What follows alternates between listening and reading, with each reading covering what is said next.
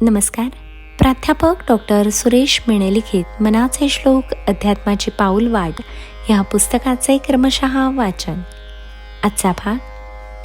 अतिजीर्ण विस्तीर्ण ते रूप आहे, तेथे तर्क संपर्क तोही नसाहे. अति गूढते दृढ तत्काळ सोपे, दुजे वीणजे खूण स्वामी प्रतापे. परमात्म स्वरूप हे अतिशय पुरातन आहे. एखादी वस्तू खूप जुनी असली की आपण तिला जीर्ण असे म्हणतो, तेव्हा परमात्मा सुद्धा अतिजीर्ण आहे. त्यालाच सनातन असेही म्हणतात.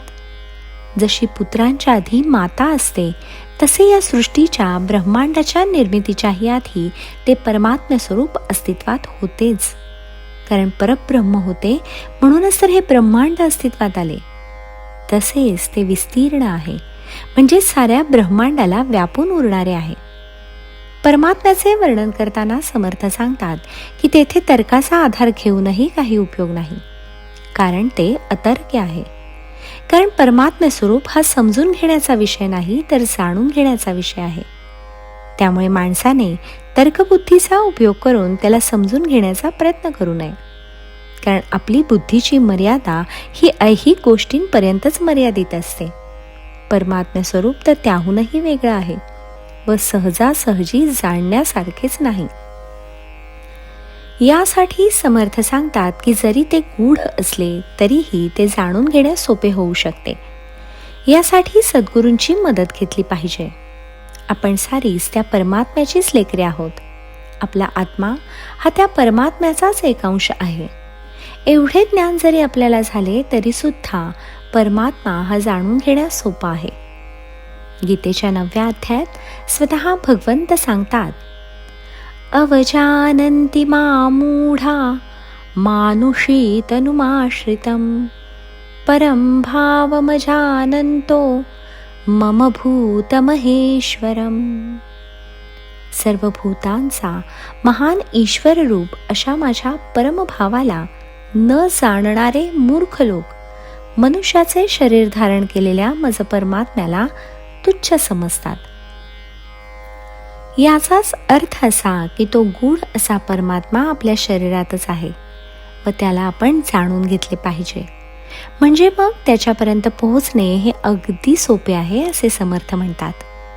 यासाठी आपण देहबुद्धी मीपणा टाकून आपले मन निर्मळ केले पाहिजे. एकदा का आपण निर्मळ मनाने प्रपंचाची व देहाची आसक्ती सोडून दिली की आपण गुरु करण्यास पात्र होतो.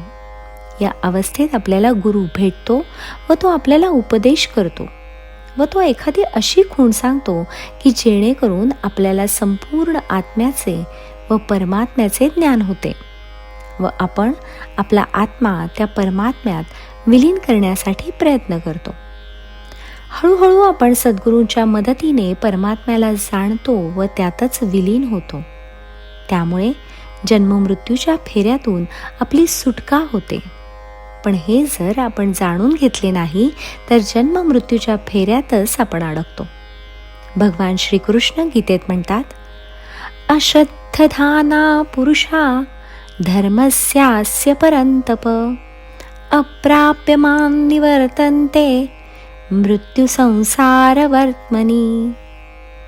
हे परंतपा अर्जुना, या तत्वज्ञान रूप धर्मावर श्रद्धा नसलेले पुरुष मला प्राप्त न होता मृत्यूरूप संसार चक्रामध्येच भ्रमण करीत असतात.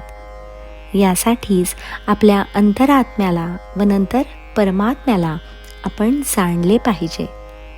जय जय रघुवीर समर्थ.